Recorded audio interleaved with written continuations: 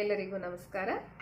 ನಾನು ಡಾಕ್ಟರ್ ಸಿಂಧು ಪ್ರಶಾಂತ್, ಆಯುರ್ವೇದ ತಜ್ಞೆ, ಬದ್ರಿ ಆಯುರ್ಕೇಂದ್ರ ಸಂಸ್ಥೆಯ ಸಂಸ್ಥಾಪಕಿ ಹಾಗೂ ನಿರ್ದೇಶಕಿ. ಇವತ್ತಿನ ಈ ಸಂಚಿಕೆಯಲ್ಲಿ ನಾನು ನಿಮಗೆ ತುಳಸಿಯ ಮಹತ್ವವೇನು, ವೈದ್ಯಕೀಯ ಕ್ಷೇತ್ರದಲ್ಲಿ ಇರುವ ತುಳಸಿಯ ಮಹತ್ವವೇನು ಹಾಗೂ ಆಯುರ್ವೇದ ಕ್ಷೇತ್ರದಲ್ಲಿ ತುಳಸಿಗೆ ಕೊಟ್ಟಿರುವಂತಹ ಸ್ಥಾನವೇನು ಅನ್ನೋದ್ರ ಬಗ್ಗೆ ತಿಳಿಸಲು ಇಷ್ಟಪಡ್ತೀನಿ. ತುಳಸಿ ಅನ್ನೋದು ಒಂದು ಗಿಡಮೂಲಿಕೆ. ಪ್ರಾಯಶಃ ಪ್ರಪಂಚದ ಬಹಳಷ್ಟು ದೇಶಗಳಲ್ಲಿ ಅದು ಬೆಳೆಯುವಂಥದ್ದು. ಮೇನ್ ತುಳಸಿನ ಎರಡು ವಿಧವಾಗಿ ನಾವು ವಿಂಗಡಿಸ್ತಾ ಬರ್ತೀವಿ. ಮೊದಲನೇದು ಹೋಲಿ ಬೆಸಿಲ್ ಅಂತ. ನಮ್ಮ ಶ್ರೀ ತುಳಸಿ, ಕೃಷ್ಣ ತುಳಸಿ, ವನ ತುಳಸಿ ಎಲ್ಲ ಈ ಹೋಲಿ ಬೆಸಿಲ್ ಅನ್ನೋದ್ರ ಕಡೆ ಬರುತ್ತೆ. ಇನ್ನೊಂದು ಮೆಡಿಟೇರಿಯನ್ ಬೇಸಿಲ್ ಅಂತ. ಇದರಲ್ಲಿ Thai basil, Singaporean basil, purple basil ಅಂತ ಬರುತ್ತೆ. ಇದನ್ನ ಮೆಡಿಟೇರಿಯನ್ ಬೇಸಿಲ್ ಅಲ್ಲಿ ಬರುವಂತ ತುಳಸಿಗಳನ್ನ ನಾವು ಜೀರಿಗೆ, ಮೆಣಸು ಹೇಗೆ ಸೀಸನಿಂಗ್ ಆಗಿ ಉಪಯೋಗಿಸ್ತೀವಿ ಮೇಲೆ ಉದುರಿಸಕ್ಕೆ, ಹಾಗೆ ಬಹಳಷ್ಟು ಈ ಏಷ್ಯನ್ ಫುಡ್ಸ್ ಗಳಲ್ಲಿ ಯೂಸ್ ಮಾಡ್ತಾರೆ.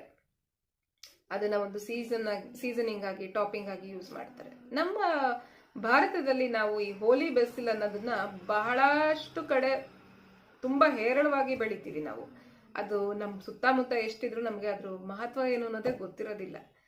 ಈಗ ಕೆಲವೊಂದು ತುಳಸಿಗಳಲ್ಲಿ ಕೆಲವೊಂದು ಅಂಶಗಳು ಬಹಳ ಇರುತ್ತೆ.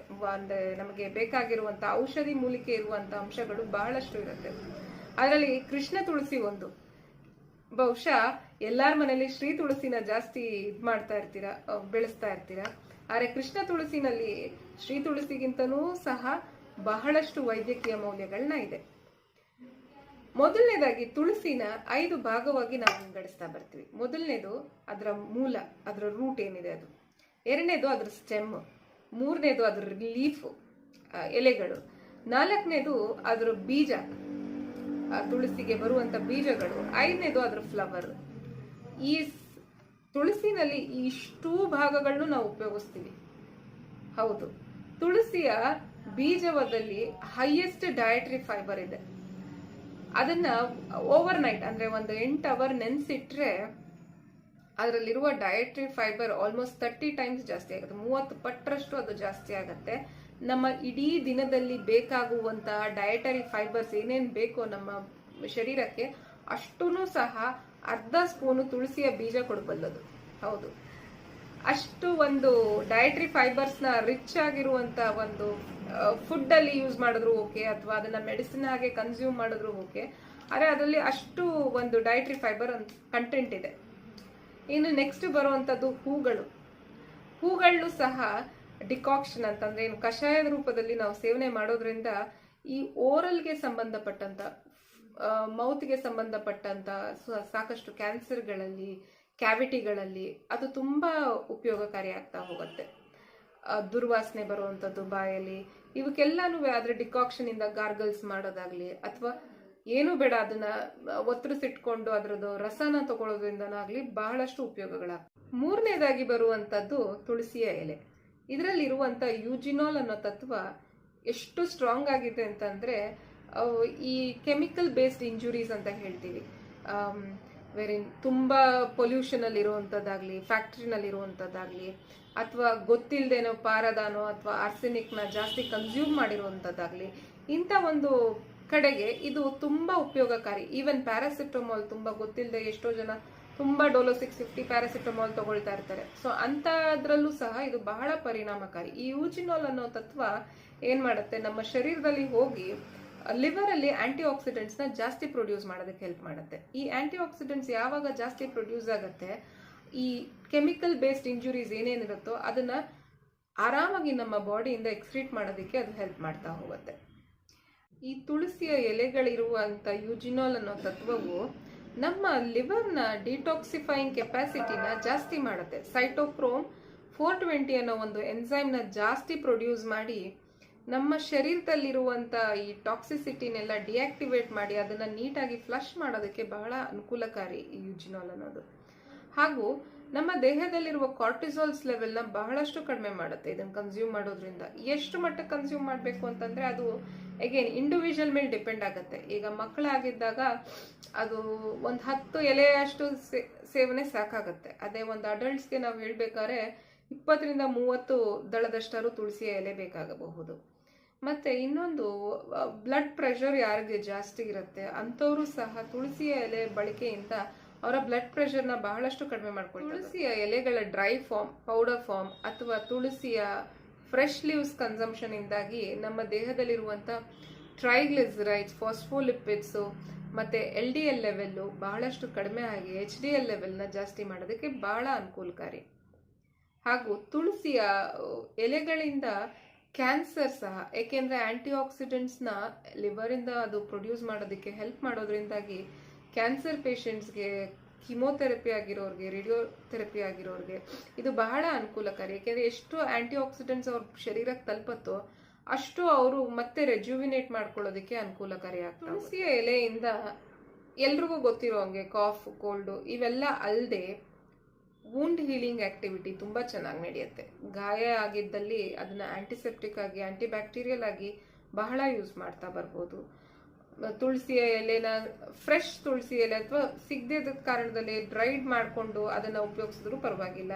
ಮುಖದ ಮೇಲೆ ಬರುವಂಥ ಮೊಡವೆಗಳು ಅಥವಾ ತುಂಬಾ ಯಾರಿಗಾರು ಸ್ಕ್ಯಾಲ್ಪ್ ಇಚ್ಚಿಂಗ್ ಜಾಸ್ತಿ ಇದ್ದು ಡ್ಯಾಂಡ್ರಫ್ ಇಂದ, ಸೊ ಅಂತ ಕಡೆನಲ್ಲಿ ತುಳಸಿಯ ಸ್ವರಸ ಅಥವಾ ತುಳಸಿನ ಚೆನ್ನಾಗಿ ಎಲೆಗಳನ್ನ ಜಜ್ಜಿ ಅದರಿಂದ ಬರುವಂತ ಒಂದು ನೀರನ್ನ ಶೇಖರಿಸಿ ಅದನ್ನ ಹಚ್ಚೋದ್ರಿಂದ ಈ ಡ್ಯಾಂಡ್ರಫ್ ಸಮಸ್ಯೆನೂ ಸಹ ಬಹಳಷ್ಟು ಕಡಿಮೆ ಆಗತ್ತೆ. ಹೆಚ್ಚಾಗಿ ತುಳಸಿಯ ಎಲೆಗಳಲ್ಲಿ ಆಂಟಿ ಮಲೇರಿಯಲ್ ಪ್ರಾಪರ್ಟಿ ಜಾಸ್ತಿ ಇದೆ. ಹೌದು, ಮಲೇರಿಯಾ ಆದಾಗ ತುಂಬಾ ಎದುರುಕೊಳ್ಳೋ ಅವಶ್ಯಕತೆ ಇಲ್ಲ. ಅಡ್ಮಿಷನ್ ಆಗಿರ್ತೀರಾ, ಹಾಸ್ಪಿಟಲೈಸ್ಡ್ ಆಗಿರ್ತೀರಾ, ಇಲ್ಲ ಅಂತಲ್ಲ. ಆದ್ರೂ ಅಂತ ಸಮಯದಲ್ಲೂ ಸಹ ಒಂದು 30 ದಳದಷ್ಟು ತುಳಸಿಯ ಎಲೆಗಳನ್ನ ತಗೊಂಡು ನೀರಲ್ಲಿ ಹಾಕಿ ಚೆನ್ನಾಗಿ ಕುದಿಸಿ ಅದನ್ನ ಫಿಲ್ಟರ್ ಮಾಡಿ ಸೇವನೆ ಮಾಡಿದ್ರು ಪರವಾಗಿಲ್ಲ. ಅಥವಾ ಒಂದು 30 ದಳದಷ್ಟು ತುಳಸಿ ಎಲೆನ ಚೆನ್ನಾಗಿ ಕ್ರಶ್ ಮಾಡಿ ಸೇವನೆ ಮಾಡೋದ್ರಿಂದನೂ ಮಲೇರಿಯಾದಿಂದ ಬೇಗ ಗುಣಮುಖ ಆಗಲು ಉಪಯೋಗಕಾರಿ. ಅದಲ್ಲದೆ ಆಂಟಿ ಹೆಪಟೈಟಿಸ್ ಪ್ರಾಪರ್ಟಿನೂ ಬಹಳಷ್ಟು ಇದೆ ತುಳಸಿನಲ್ಲಿ. ಹೇಗೆ ಅಂತಂದ್ರೆ ನಮ್ಮ ಲಿವರ್ನ ಎನ್ಸೈಮ್ಸ್ನ ಅದು ಜಾಸ್ತಿ ಪ್ರೊಡ್ಯೂಸ್ ಮಾಡೋದ್ರಿಂದ, ಸೈಟೋಕ್ರೋಮ್ 420 ಅನ್ನೋ ಎನ್ಸೈಮ್ಸ್ ಜಾಸ್ತಿ ಪ್ರೊಡ್ಯೂಸ್ ಮಾಡೋದ್ರಿಂದ ಹೆಪಟೈಟಿಸ್ ಕಂಡೀಷನ್ ಆಗೋದೇ ಇರೋಂಗೇನು ತಡೆಯುತ್ತೆ. ಹಾಗೂ ಆಗಿರೋರಲ್ಲಿ ಬಹಳಷ್ಟು ವಾಪಸ್ಸು ಗುಣಮುಖ ಆಗೋಕ್ಕೂ ಸಹ ಬಹಳ ಉಪಯೋಗಕಾರಿ ಇದು ತುಳಸಿಯ ಎಲೆಗಳು. ಇದಲ್ಲದೆ ತುಳಸಿಯ ಎಲೆಗಳನ್ನ ಡ್ರೈ ಫಾರ್ಮ್ ಅಲ್ಲಿ ಉಪಯೋಗಿಸೋದ್ರಿಂದ ಮನೆಯಲ್ಲಿ ಫ್ಯೂಮಿಗೇಷನ್ ಅಂತ ಏನು ಹೇಳ್ತೀವಿ ಅಂತಂದ್ರೆ, ಮನೆಯಲ್ಲಿ ಮಸ್ಕಿಟೋ ರಿಪಲೆಂಟ್ ಆಗಿ ಮನೆ ಒಳಗಡೆ ಸೊಳ್ಳೆಗಳು ಬರ್ದಿರುವಂತಂಗೆ ಹಾಗೂ ಬೇರೆ ಅಂತ ಕ್ರಿಮಿ ಕೀಟಾಣುಗಳು ಬರ್ದಿರೋಂಗೆ ತಡೆಗಟ್ಟಲು ತುಂಬಾ ಉಪಯೋಗಕಾರಿ. ಈ ತುಳಸಿಯ ಡ್ರೈಡ್ ಫಾರ್ಮ್ ಅಲ್ಲಿ ನಾವು ಏನಾದ್ರು ಸಾಂಬ್ರಾಣಿ ಹೋಗಿ ಆ ಥರ ಏನಾದ್ರು ಕೊಟ್ಕೊಳ್ಳೋದಿದ್ರೆ, ಅಥವಾ ತುಳಸಿಯ ಒಂದು ಎಕ್ವೇಸ್ ಸೊಲ್ಯೂಷನ್ ಏನಾದ್ರು ಸಿಗೋದಿದ್ರೆ, ಆಲ್ಕೋಹಾಲ್ ಸೊಲ್ಯೂಷನ್ ಅಲ್ಲಿ ಸಿಗುತ್ತೆ, ಆವಾಗ ನೀವು ಈ ಗುಡ್ ನೈಟು ಅವೆಲ್ಲ ಮಸ್ಕಿಟೋ ಕಾಯಿಲ್ಸ್ ಯೂಸ್ ಮಾಡೋದ್ ಬದಲು ಡೈರೆಕ್ಟ್ ಆಗಿ ತುಳಸಿಯ ತೈಲದಲ್ಲೇ ನೀವು ಈ ಮಸ್ಕಿಟೋ ರಿಪೆಲೆಂಟ್ ಆಗಿ ಮಾಡ್ಕೊಳ್ಬೋದು, ಮನೇನ ಸುರಕ್ಷಿತಗೊಳಿಸ್ಕೊಳ್ಬೋದು ನೀವು. ಇದಲ್ಲದೆ ತುಳಸಿಯ ನೆಕ್ಸ್ಟ್ ಪಾರ್ಟ್ ಅಂತಂದ್ರೆ ಅದ್ರ ಬರುವಂತ ಒಂದು ಸ್ಟೆಮ್ ಪಾರ್ಟ್. ತುಳಸಿಯ ಸ್ಟೆಮ್ ಬಹಳಷ್ಟು ಜನಕ್ಕೆ ಗೊತ್ತಿರತ್ತೆ. ನಮ್ಮ ಇಸ್ಕಾನ್ ಅಲ್ಲಾಗ್ಲಿ ಹಾಗೂ ತುಳಸಿಯ ಮಾಲೆಗಳನ್ನ ಸದಾ ಬಳಸ್ತಾ ಬರ್ತೀವಿ. ಏನಕ್ಕೆ ಅಂತಂದ್ರೆ ಮೇಯ್ನ್ ಆಗಿ ತುಳಸಿಯ ಮಾಲೆನ ನಮ್ಮ ಕುತ್ತಿಗೆ ಸುತ್ತೋದ್ರಿಂದಾಗಿ ನಮ್ಮ ಬ್ಲಡ್ ಪ್ರೆಷರ್ ಸ್ವಲ್ಪ ಕಂಟ್ರೋಲ್ ಅಲ್ಲಿ ಇರುತ್ತೆ ನಮಗೆ. ಹೌದು, ತುಳಸಿಯ ಮಾಲೆನ ಸಹ ಯಾವಾಗ್ಲೂ ಧರಿಸಿರ್ಬೇಕು, ತುಳಸಿಯ ಮಾಲೆನ ಸದಾ ಜಪಿಸ್ತಾ ಇರಬೇಕು ಅನ್ನೋ ಒಂದು ಕಾನ್ಸೆಪ್ಟ್ ಇರಬಹುದು, ಮೇ ಬಿ ಬ್ಲಡ್ ಪ್ರೆಷರ್ ಕಡಿಮೆ ಮಾಡೋದಕ್ಕೆ. ಮತ್ತೆ ಇಲ್ಲಿ ನಮ್ಗೆ ತುಳಸಿಯ ಟ್ವಿಗ್ನ ಅಥವಾ ತುಳಸಿಯ ಸ್ಟೆಮ್ನ ಇನ್ನೊಂದು ಪದ್ಮಪುರಾಣದಲ್ಲಿ ಬರುವಂಥದ್ದೇನು ಅಂತಂದ್ರೆ, ಶವ ಸಂಸ್ಕಾರದಲ್ಲೂ ಸಹ ಉಪಯೋಗಿಸುವಂಥದ್ದು ತುಳಸಿಯ ಟ್ವಿಗ್. ಏನಕ್ಕಪ್ಪ ಅಂತಂದ್ರೆ, ಬಹುಶಃ ಹಿಂದಿನ ಕಾಲದವರು ತುಂಬಾ ಬುದ್ಧಿವಂತರು. ಅವರಿಗೆ ಗೊತ್ತಿತ್ತು, ಅಕಸ್ಮಾತ್ ಆಗಿ ಮರಣ ಯಾವ್ದಾದ್ರು ಆಕಸ್ಮಿಕವಾಗಿ ಆಗಿದ್ರೆ ಪರವಾಗಿಲ್ಲ, ಅಕಸ್ಮಾತ್ ಆಗ ಏನಾದ್ರು ರೋಗ ಬಂದು ತುಂಬಾ ದಿನ ದೇಹದ ಪರಿಸ್ಥಿತಿಗಳು ಬಹಳ ಹದಗೆಟ್ಟಿದ್ದಲ್ಲಿ ಇನ್ಫೆಕ್ಷನ್ ಆಗೋ ಸಾಧ್ಯತೆ ಜಾಸ್ತಿ ಇರುತ್ತೆ ಶವ ಸುಡಬೇಕಾದ್ರೆ. ಹಾಗಾಗಿ ತುಳಸಿಯ ಟ್ವಿಕ್ಸ್ನ ಬಹಳಷ್ಟು ಬಳಕೆ ಮಾಡ್ತಿದ್ರು.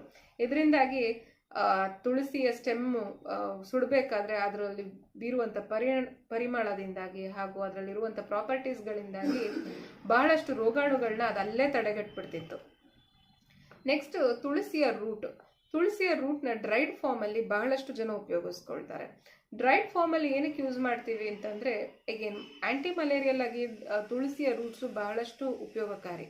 ಅದಲ್ಲದೆ ತುಳಸಿಯ ರೂಟ್ಸ್ನ ಮನೆಗಳಲ್ಲಿ ಕ್ರಿಮಿ ಕೀಟಾಣು ಬರ್ದಿರೋ ಮತ್ತೆ ಫ್ಯೂಮಿಗೇಷನ್ ಮಾಡ್ಕೊಳ್ಬೋದು ನೀವು. ಅಥವಾ ತುಳಸಿಯ ಪೌಡರಿಂದಾಗಿ ತಲೆ ಸುತ್ತೋದು, ಮೆಮೊರಿ ಪವರ್ ಅಲ್ಲಿ ಏನಾದ್ರು ಪ್ರಾಬ್ಲಮ್ ಇದ್ದಾಗ ಅದನ್ನ ಹಾಲ್ಗೆ ಹಾಕೊಂಡು ಕುಡಿಯೋದು ಉಂಟು. ಸೊ ಇದರಿಂದ ಏನಾಗುತ್ತೆ, ನಿಮಗೆ ತಲೆ ಸುತ್ತೋದು ಸ್ವಲ್ಪ ಕಡಿಮೆ ಆಗುತ್ತೆ. ಹಾಗೂ ಸ್ಟ್ರೆಸ್ ಲೆವೆಲ್ ಯಾರಿಗೆ ಜಾಸ್ತಿ ಇರುತ್ತೆ ಅವರು ಈ ತುಳಸಿಯ ರೂಟ್ನ ಪೌಡರ್ ಬಹಳ ಉಪಯೋಗಕಾರಿ. ಅರೌಂಡ್ 3 ರಿಂದ 5 ಗ್ರಾಮು ನೀವು ತುಳಸಿಯ ಪೌಡರ್, ರೂಟ್ ಪೌಡರ್ ಯೂಸ್ ಮಾಡ್ಕೊಳ್ತಾ ಬರ್ತೀವಿ.